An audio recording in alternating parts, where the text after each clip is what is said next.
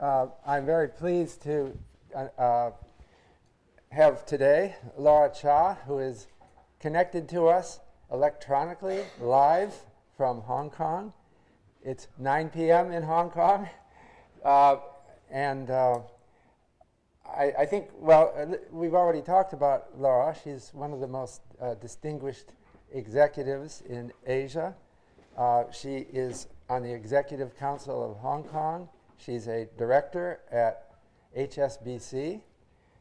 She has served in the China Securities Regulatory Commission, and recently at the National People's Congress of China, which is a remarkable set of achievements for someone, from any one person. And I understand that the first Hong Kong citizen to serve in the government of the People's Republic. But I guess the really big thing that comes to my mind is that HSBC is one of the most important and biggest banks in the world.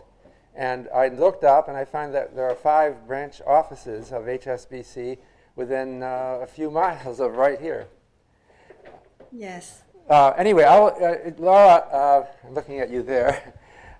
Yes. Why don't you could introduce, give us a talk about what you do and what your thoughts are about the financial situation are, and then we will turn it over to questions. Okay. First of all, good morning to you all. Thank you, Bob, for inviting me here via electronically. It is my honor to have the opportunity to talk to you. When I was invited to give this talk, I went on the internet and see that your course syllabus is very comprehensive. And I would imagine that at the end of the course, you would have covered or will cover just about every aspect of the financial markets, and you will have a good idea of the function of the market and how it works. What I want to do in the next 20 minutes or so is really to give you an overview of what it is like to work in the financial market, to have a job in the financial market, and perhaps eventually you may want to have a career in the financial services. And then, after that, I will be happy to answer any questions that Bob, you, or any one of you want to raise with me. I think when one talks about a career or job in the financial services, one tends to think about the private sector, the banks, the investment banks, the fund management companies, and of course the traders, both in terms of stocks, futures, options. Of course, in the last decade, hedge funds, private equity. There's no question that the private sector is very exciting. There's no question that a job or career in financial services in the private sector is, by the most of any standard, is very financially rewarding. But what I really want to talk to you about is the other side of the financial market, which is the public sector side. And I want to share with you my own experience in the public sector. When we talk about financial services, as I mentioned, we talk about the banks, the intermediaries, what we call the intermediaries, the practitioners, people who practice in the financial market. If you are a college graduate, typically if you go to one of these firms, you start out as a research assistant. You do research. If you are in a bank, you will learn to read how to interpret balance sheets, how to decide what, when people come to you for loans, how you evaluate them and what are the credit worthiness of the potential client, whether you should or should not lend money. If you go to work for a private equity firm, you do the same kind of research, except that it's for companies. You will help the firm decide whether a particular transaction is worthy to take on. And in between, of course, there are all kinds of financial mechanisms or tools, products, as one would say, that you devise, that the market devise, and to facilitate these financial services. And those have been covered in your course, I can see that. But as I mentioned, the other side of the financial service, the other side of the financial market is really the regulators, the public sector side, the policymakers, the standard setters, bodies such as the Financial Accounting Standard Board. And all these are the other part of the equation which help to make the financial market function well. And it is important for the public sector to have equally bright students. I think some of us get a little worried in the last decade. A lot of the bright students who want to go into financial services all go into the private sector. The public sector is important because the regulators and policy setters help ensure that the market function in an orderly fashion. We want to make clear as regulators and policy setters, we want to make sure that the market not only function properly, that the playing field is level, that the rules are clear, and so that financial service and finance can indeed perform its function in society. And that's where, when we have in the US, when we have the SEC, the CFTC, the Fed, and of course the exchanges, and not to mention the Department of Justice, the State Attorney General's Office, etc., etc. What the public sector do is really to make sure that people on the private sector, in the banks and the investment bank, the fund manager and so on, they behave properly so that the investors are treated fairly and equally, so that everyone is entitled or are given the same kind of information, so that no one particular group has an advantage over the other group. And that's where investor protection comes in, corporate governance comes in. And I myself, my career has largely been in the public sector side. Although I started out as a lawyer, I was trained as a lawyer, and I practiced as a lawyer for 7-8 years in foreign direct investment into China in the 80s. And I dealt with a lot of multinationals and in the corporate side, in the finance side. My foray into the public sector as a regulator was really, it came out of the blue. I was headhunted to join the newly found Securities and Futures Commission in Hong Kong. That was 1990. And I thought I will do it for a couple years, learn to broaden my horizon and see what it is like to be in the public sector. And I enjoyed what I did, and then I stayed 10 years. And then I was making an offer by the central government, and I went to work for the Chinese regulator for almost 4 years, and became the first person outside of mainland China to join the Chinese government. So I had a total 14 years of experience as a regulator. And I have to say that it has been hugely gratifying, because as a regulator and a policy setter, I was able to facilitate the development of markets in Hong Kong. In the early days, Hong Kong was in the early days, I mean in the 70s and the 80s, Hong Kong was a largely local market. The international players like Goldman Sachs and Morgan Stanley, they came and went, they took a look and decided the Hong Kong market was too small for them. All that took a change in 1992 when the Chinese government decided that they want to use the Hong Kong market as a way to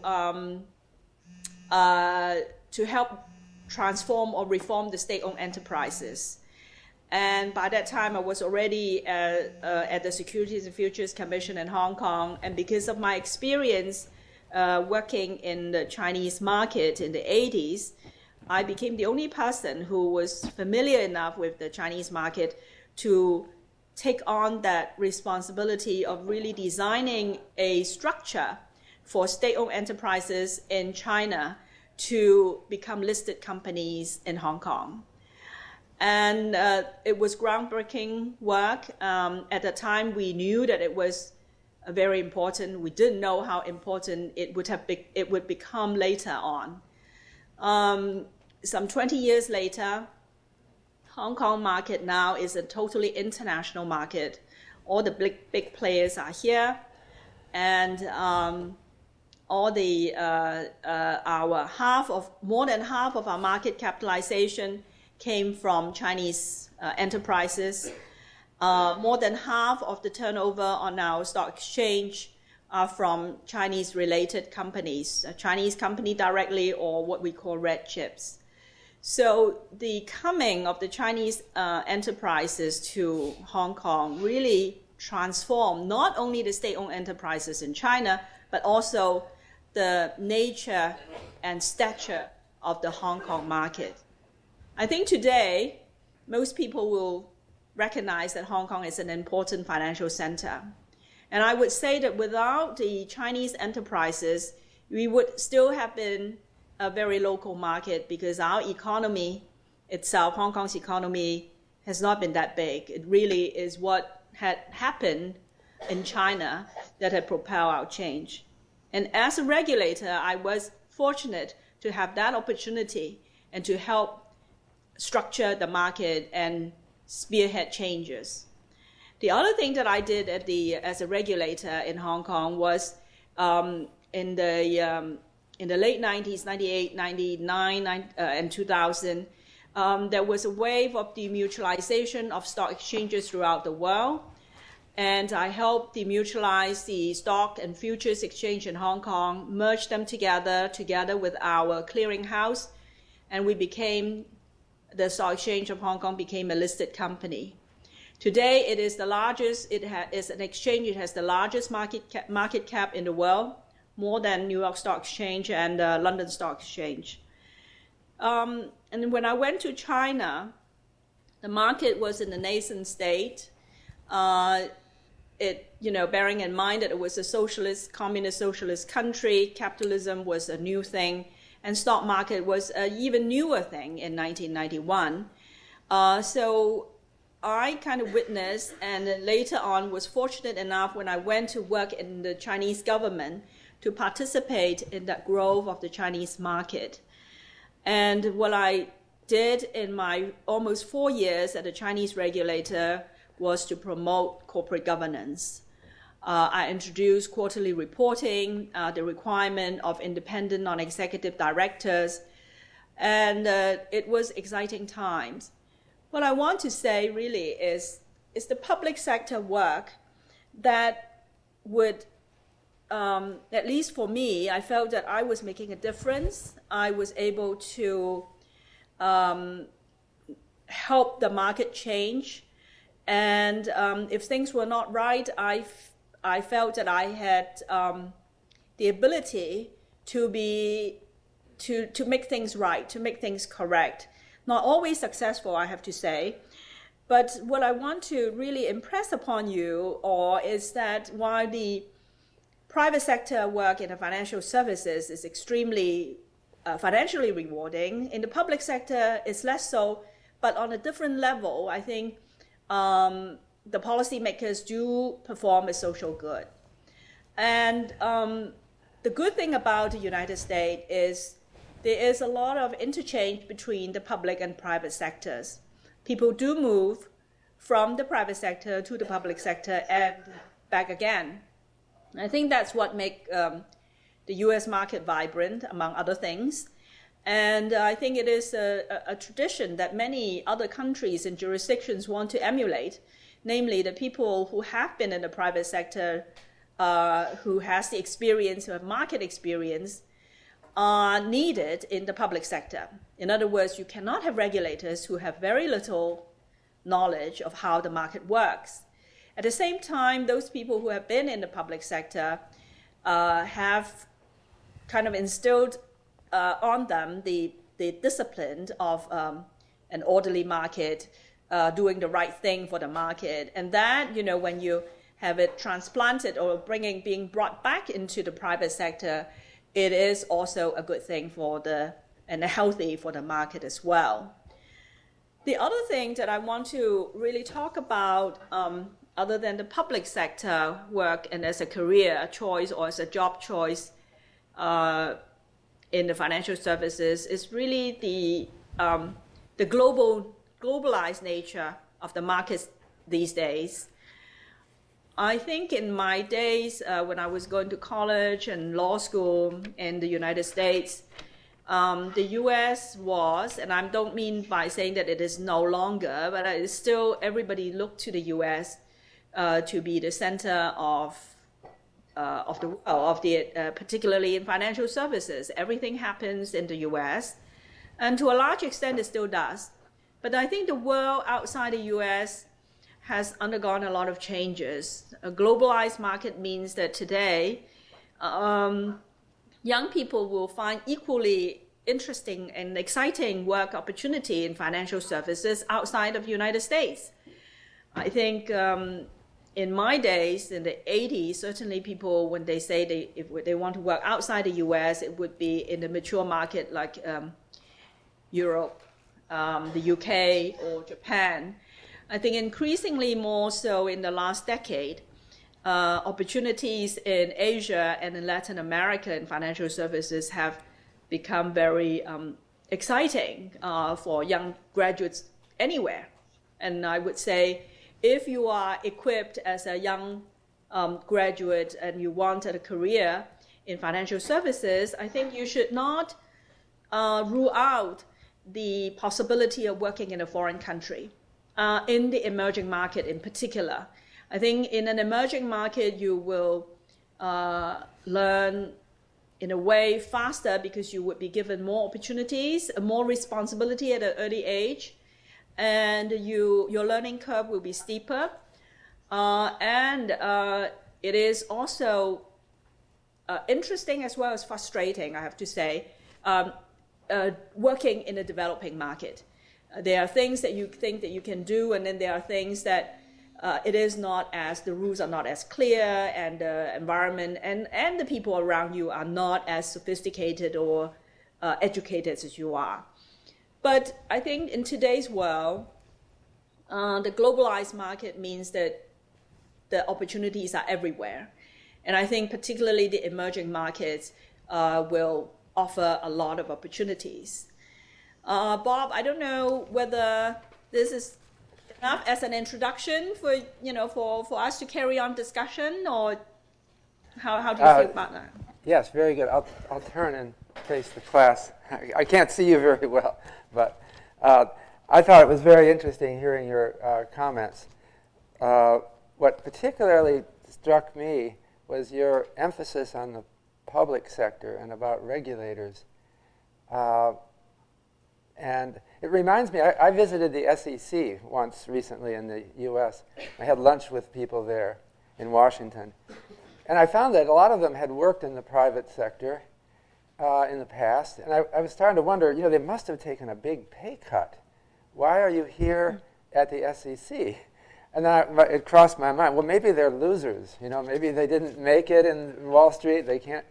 But when I talked with them, I got a different idea that maybe they're here because they find all aspects of finance exciting, and maybe the purpose of life isn't to make a huge amount of money. So I wonder if you agree with my assessment. I mean, why do people work in the public sector anyway if pay is lower? And that's a very open and big question. Maybe you have a response to that. I think there are a couple of reasons for that. I think one, that a career in public sector need not be permanent. You can work in the public sector for a number of years and then go out into the private sector. And your public sector experience is hugely marketable, if we could use that term. I know that particularly in the US, if you had experience with the CFTC and the SEC or the Fed, you are very, I mean, provided that you're not really just in the technical aspect and you are in a broad policy aspect, I think you have a very marketable skill that people in the private sector don't necessarily have. If you change job in the private sector, one bank and another, one private equity, and another hedge fund, they will be more or less the same. But I think in the public sector, that's where the difference is. That's one. The practical aspect is, of course, it is more steady work. In the financial, how should I say? Yes, the financial reward is huge in the private sector. But also, it is subject to a cyclical, when the market is down, there are massive layoffs. And in the public sector is a little more steady. So it's a different, I think it could be a different phase in one's career. At a certain phase, you might want to have a more steady, or you want to accumulate enough experience before you go out into the private sector, or vice versa. And I have seen, among our friends, among the regulators, some people felt that they have made enough money. Enough is a relative term. They make enough in the private sector and they want to go in the public sector for a few years. I think that's also one of the reasons. Yeah, listening to what you said, it seems to me, in some sense, working in the public sector is an opportunity, but also maybe a mission. When I'm thinking of what you've helped achieve for China, I think it's a really important mission in that you are getting the financial markets working right. And the things you talked about, like independent directors on Chinese companies, is a way at combating the problem of corruption. You didn't use the word corruption, or maybe that's too strong a word, but where things aren't up and up. And I thought that part of the motivation that maybe, I'm sure you have, maybe you can confirm this, is just a sense of being part of history and part of making things right. Yes. I think absolutely. When I joined when I became a regulator, I thought it was just going to be 2-3 years. I was going to broaden my horizon and it would help my career in the law. And then just one thing led to the other, and I find that it was extremely, how should I say, it was very gratifying for me to be in a position where I feel that I was really participating in the development of a market. I'm sure colleagues in the SEC and CFTC feel the same way in a different manner, because obviously the US market is at a different stage. And even among the regulators, there are the people who are in the enforcement, where they try to catch the bad guys, or the insider dealing cases that we see nowadays. Those are in the enforcement, and of course the Department of Justice, the State Attorney General's office. Those people also, I feel, that feel that there is a mission. I think that's also a very important aspect of financial market. I just don't want young people nowadays to think of financial services purely in the private sector. Another of our outside speakers in this course this semester was Hank Greenberg, who, he actually succeeded C.V. Starr as the founder of what was then the world's biggest insurance company, AIG. And one of the things that he told us was that how did AIG get so successful? Part of it was because it embraced the emerging world. And even when it wasn't popular to do so, AIG was founded in, I think it was Beijing or Shanghai maybe, a long time ago. And I thought that maybe he and you have a similar, it seems like the emerging world is obviously more and more part of our economy and will continue to be. And that business being connected through the, we're getting more and more international, as you were saying. It kind of makes for a different life. And one thing that AIG and Hank Greenberg emphasized to us is that he has a life of diplomacy in some sense.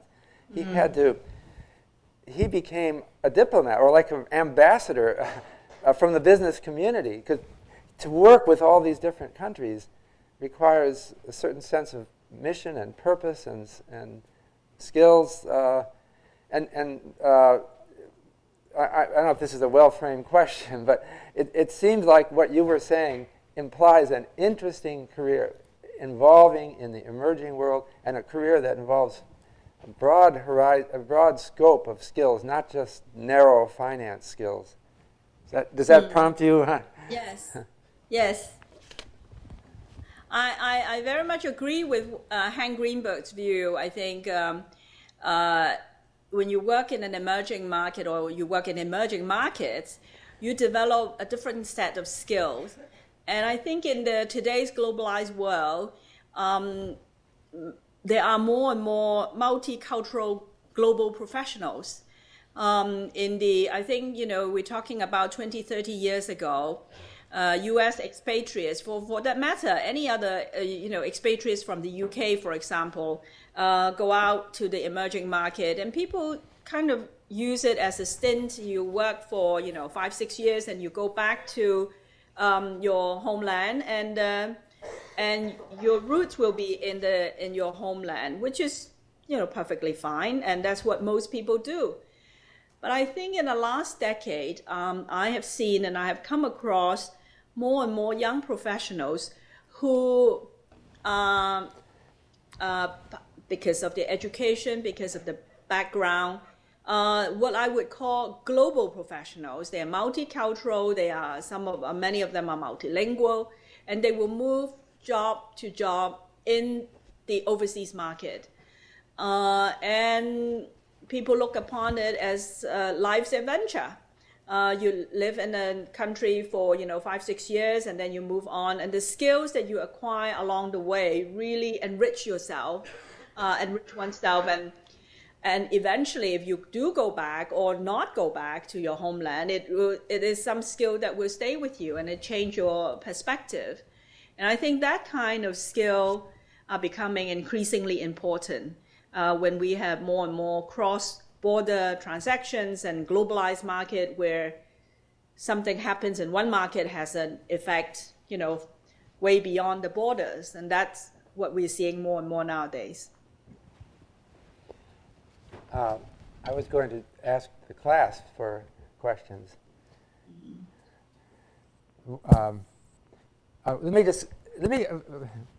While you're thinking for a moment, let me ask one more question of you.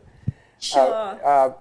I just wondered about HSBC, which is another bank that like AIG, it originated in Hong Kong and Shanghai, but it has become such a world force. And I kind of wonder, when did that happen? How did that happen? Can you give us a nutshell? Sure. Because it doesn't happen to every Asian bank. HSBC started in Hong Kong 1865. Within a few months, the Shanghai office, the Shanghai branch was set up the same year. So we've been here, 160 years or so. Originally, it was trading, dealing with trade finance and so on. And it became the largest bank in Hong Kong over many decades. And the international push really started in the early 90s when the HSBC started acquiring different banks. It acquired the Marine Midland Bank in the US, and it acquired the Midland Bank in the UK. And from a financial institution which was largely local in Hong Kong with businesses in Asia, it started its international. It became an international organization by acquisition. So the head office moved from Hong Kong to London, I think around 92, 93, when the HSBC acquired the Midland Bank in the UK, and the Bank of England required the HSBC to have the domicile in London to be regulated by the Bank of England. Since the 90s, the HSBC has acquired one of the largest banks in France called CCF. It's now called HSBC France. It has acquired Bank of Bermuda in Bermuda. And it has made a lot of acquisition. Of course, the most famous or infamous acquisition in the US was household finance about less than 10 years ago. So HSBC became an international financial institution really in the last, I would say, 15 to 20 years. Now, today, our profit, 1/3 our profit comes from Hong Kong, 1/3 comes from the rest of Asia, 25% or so from UK and Europe.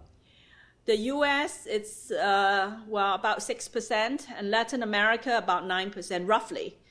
So Asia is a hugely important market for HSBC, and the acronym is Hong Kong and Shanghai Banking Corporation, which was the original name when we were set up in 1865. So it is, we do not have a controlling shareholder. We are truly diversified in our shareholder base. Our largest shareholder holds no more than 3 to 4%. It's an institution investor, so they represent many smaller investors. So it is really run by the management, professional management, and it has done, I would have to say, a very good job in the last 2 decades. Okay, any Allie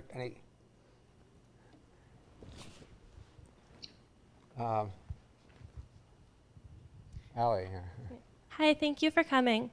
I was just curious, a lot of people have mentioned that the lack of regulation and enforcement of contracts is a main barrier to foreign investment in Asian bond markets. How do you think China will address this? And what are the primary differences in the regulation between China and the United States?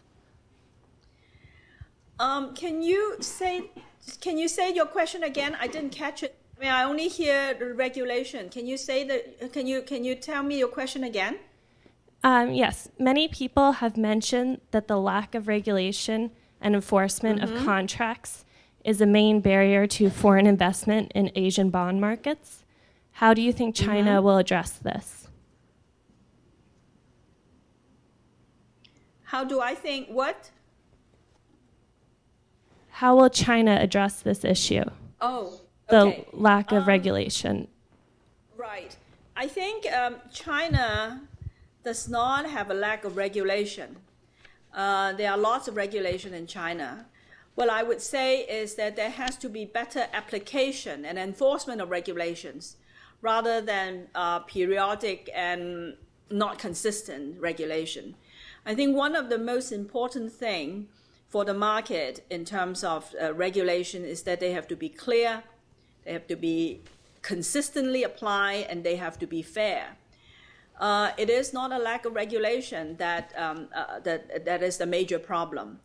I think as in many emerging markets, China is still trying to grope with the issue of stringent enforcement. And I think the regulators in China recognize that there is a lot that they need to, they have to do better in terms of enforcement. And the problem that I see in China is that it is developing so fast. The market is way ahead, developing faster and quicker and bigger than the government and the regulator have anticipated. If we put ourselves back in the US, and let's say in the crash of the late 20s and when the SEC was set up in 1934, I would say China is probably slightly better than the US in those days. But, you know, if we compare with the development of the US market in the last 5 decades or so, of course, the US has developed a lot more. And China does not have the luxury to wait 50 years for its rules and enforcement culture to develop. And it is catching up. Whether the lack of regulation is therefore an impediment to foreign investment, I think you'll have to look at it from several angles. China to date is the largest recipient of foreign direct investment. So, you know, in a way, if the conditions in China is so bad, it would not have attracted so much foreign direct investment. I'm not saying that the environment in China is really top notch to compare with the developed market. But there probably are enough opportunities and people do make enough money so that it is, by statistics, the largest recipient of foreign direct investment. And that is, a fact compiled by, international agencies. So I don't think that it has been an impediment. It is an impediment when we talk about individual cases. It is far from satisfactory. Could I just interject a question there? Some people say that the SEC in the United States could use much more resources. Does China give enough resources to enforcement? It seems to me that there is a problem in emerging countries everywhere, that it's expensive. And the country has a budget, right, which is still attracted to other things. So do you think that China devotes enough resources to enforcement? I think every regulator would tell you that they need more resources as far as enforcement is concerned. I think China could certainly do with more. I think one aspect is that you have to have enough people to carry out the enforcement. And it is trying to catch up. And as I said, because the market is developing so fast that the regulators are always trying to play catch up.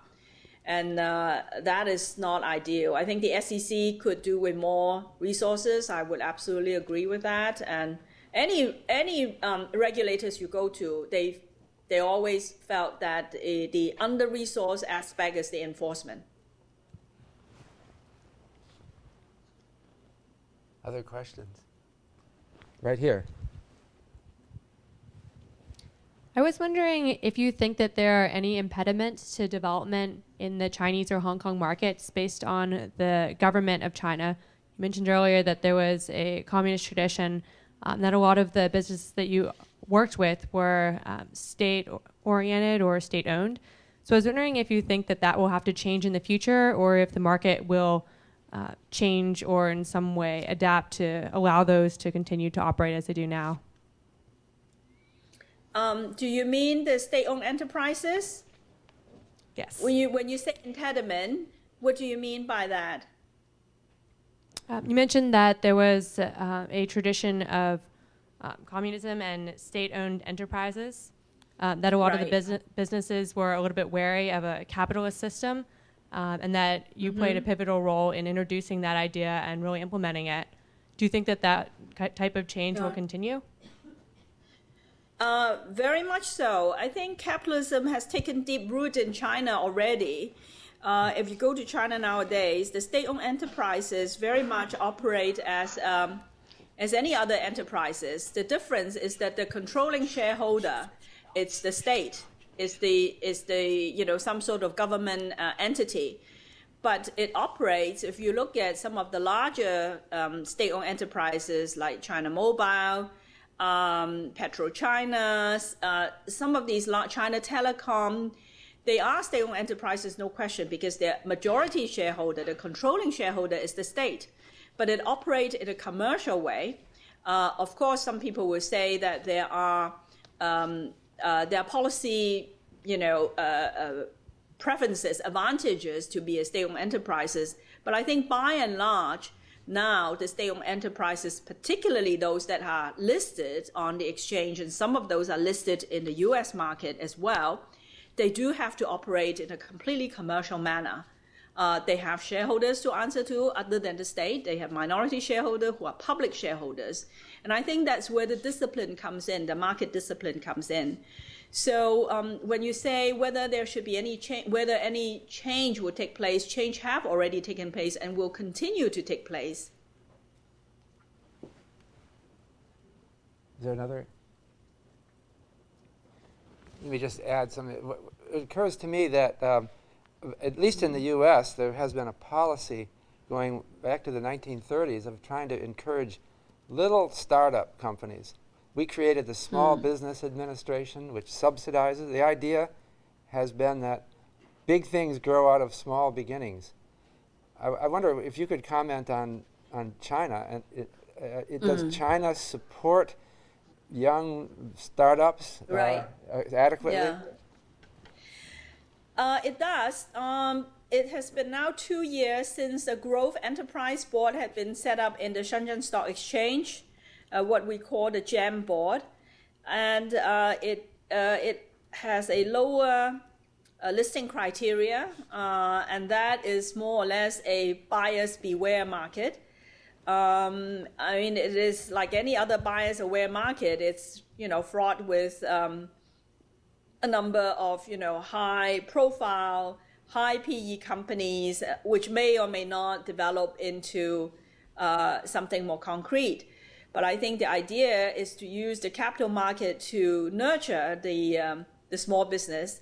That's the growth enterprise market. Shanghai Stock Exchange, which is across the border from Hong Kong, also have a part of its board is called Small Medium Enterprise Board. So if you are not a growth company, but you are a small and medium-sized company, then you are listed on this other board. So there are two specific boards addressing exactly what the question you raised, namely to nurture the smaller companies.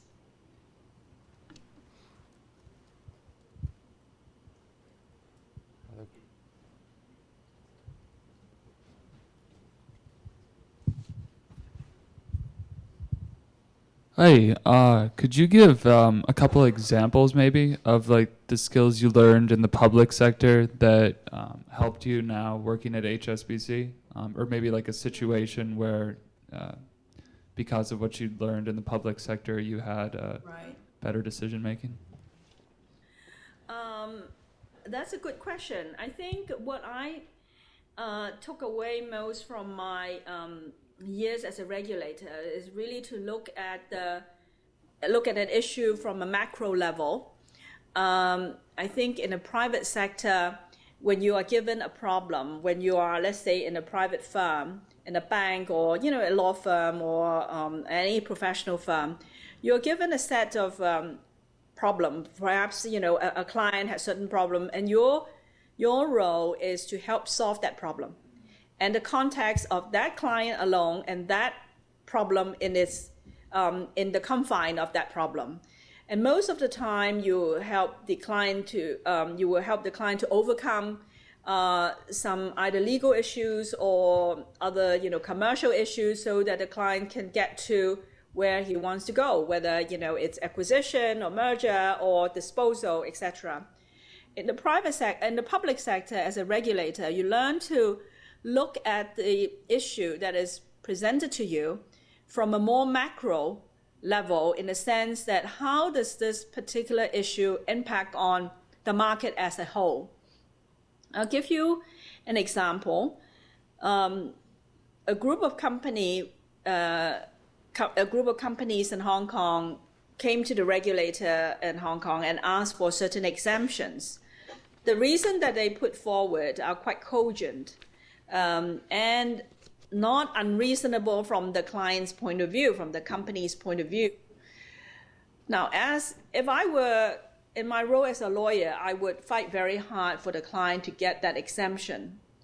But as a regulator, then I have to look, if I give the exemption, what kind of knock-on effect will have? What kind of precedent? It will set a precedent, and is it a good precedent or is it not a good precedent? If it is a good precedent, then it should not be just given to this one particular company. Then there should be, perhaps the rule should be amended in such a way that what this particular group of company wants should be given to everyone who wants to apply for it. But if it is not, and if it is just purely for the benefit of this one particular group of company, then you really should not give in to that exemption. And you do have to recognize that there are different considerations, such as the size of the group, the impact that it may have on the market, etc. So the skill that one learns as a regulator is really to look at the problem presented to you from a more from an over, you can at a higher level, you look at the entire scenario and how how this piece will fit into a bigger picture where in the private sector you don't need to. And how it's helpful to me now in my current position is that I am able, I think, to interpret policy and to anticipate policy, because I could see that certain things are happening certain way, that as a regulator, those are the issues that the regulators are likely to address, and therefore, from the private sector, we should be prepared for the changes that will take place. So that's in a very abstract way. I can't quote you exact examples for obvious reasons, but that is in a nutshell. I certainly find that help me as a person to look at matters from a more from a broader point of view.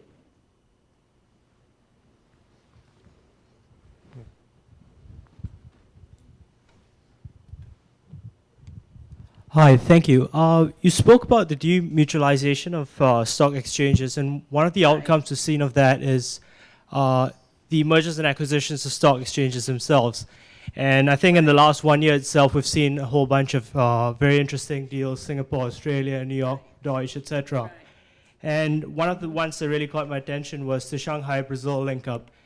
So perhaps I want to hear your views on, do you think this wave of tie-ups is going to carry on?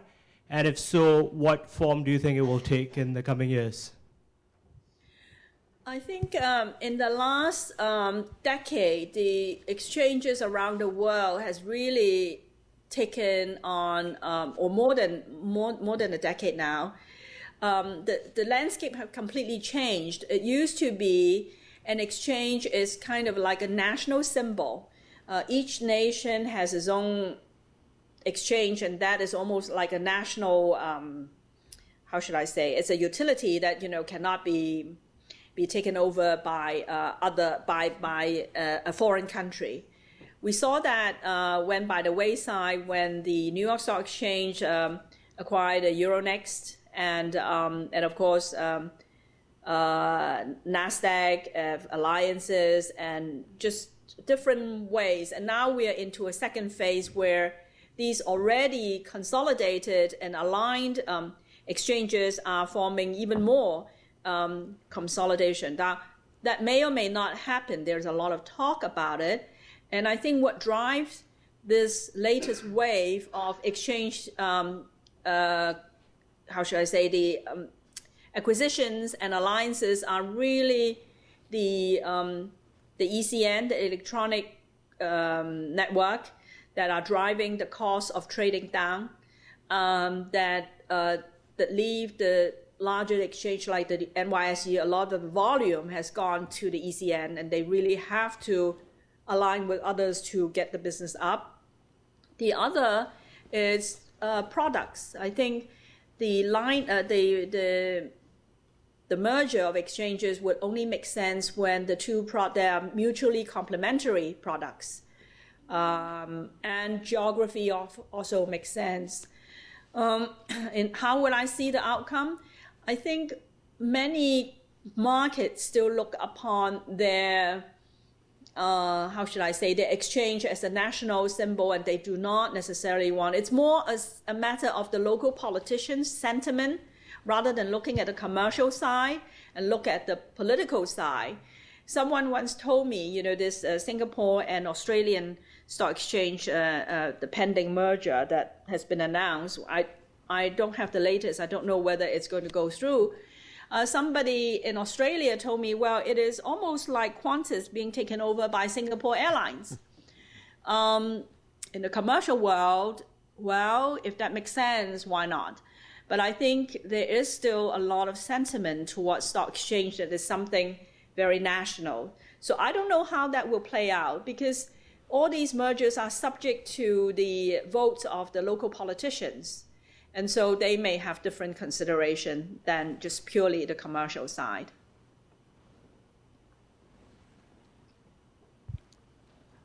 Hello. Hi. Thank you for your time. I have sort of a two-part questions. The first part is, in regards to all these Chinese companies that are registered overseas, You know, that sort of complicates the regulation. So I was wondering if you could talk about how like a lot of Chinese companies being registered overseas and being listed in overseas exchanges. And second part of the question is, I've heard, at least I've read, that there is a new international board that's being set up in China to encourage these companies to come back to mainland China or Hong Kong. So I was wondering if you could talk a little bit about like how it's going to be shaped, some of its challenges, and what do you think would be most important for its success? Right. Okay. The first part of your question, Chinese company that are registered overseas and listed overseas. There is no rule that forbid Chinese company to be registered anywhere. I think, let's say a company in China, they can elect to register themselves in Hong Kong, in Bermuda, Cayman Island, wherever, US, Delaware. And the matter of listing is really up to the issuer itself. If they decided that a listing in the US, whether it's NASDAQ or the NYSE makes sense, that's where they will list. And once they are listed, they are subject to the rules and regulations of the SEC, just like anybody else, just like any of the other foreign companies. So I think the place of listing really determine the kind of rules that will be applied to that company. Once a company is listed, let's say on the New York Stock Exchange, then the US rules will come in, and whether it is a Chinese company, then it's kind of irrelevant. It will have to be complying with the US rules just like everybody else. So that's the first part of your question. I don't know whether that answered it. The second part of your question about international board in Shanghai. Yes, there has been a lot of talk about the Shanghai Stock Exchange setting up an international board, meaning that a board where companies registered outside of China, such as the red chips, which are not listed in China, will return to the Shanghai Stock Exchange. Because they are not registered in China, they are therefore not a Chinese company. They are therefore kind of like a foreign company because they registered in Hong Kong or Bermuda or wherever.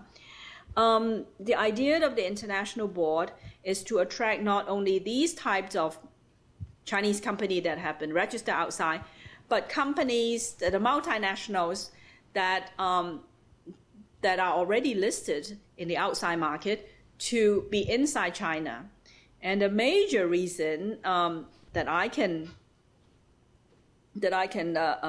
discern is, one, to give the Chinese investor a wider variety of products.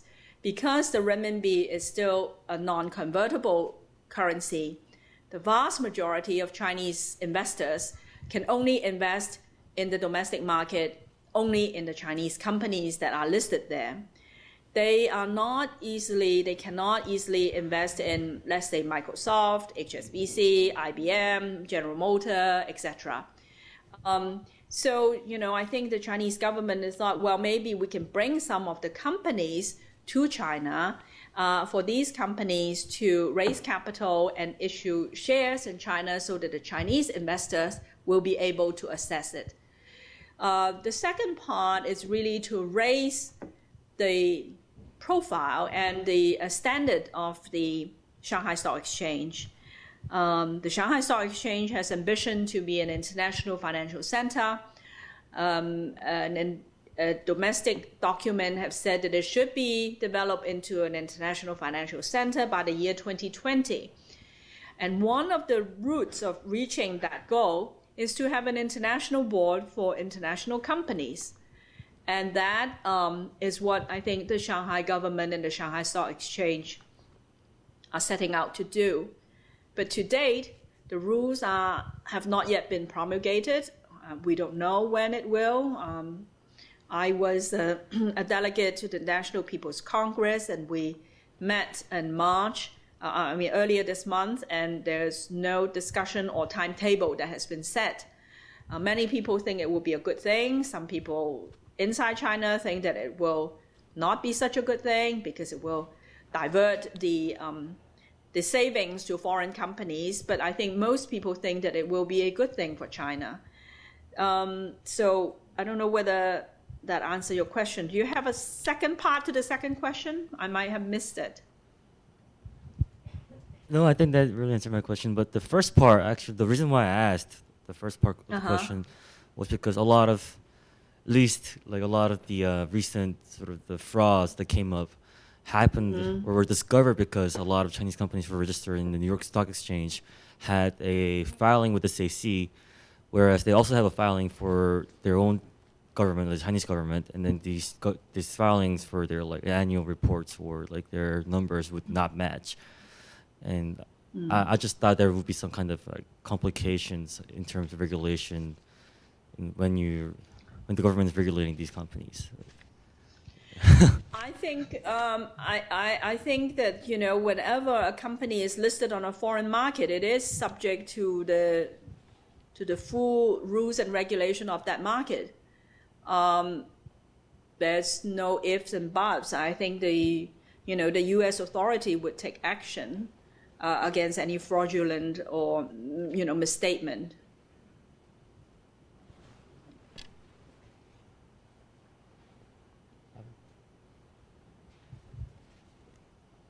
Okay, right here.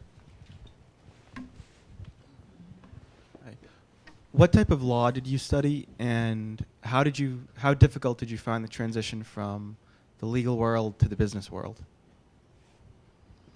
I studied most of the, well, I think in law school I took a lot of courses in corporate law, tax, corporate finance. I think the business world always interests me. The transition from law to, I think I did, it was a two-step thing. I was a lawyer, and then I was a regulator, and then I was completely in the private sector now. So the transition from a lawyer to a regulator wasn't that difficult.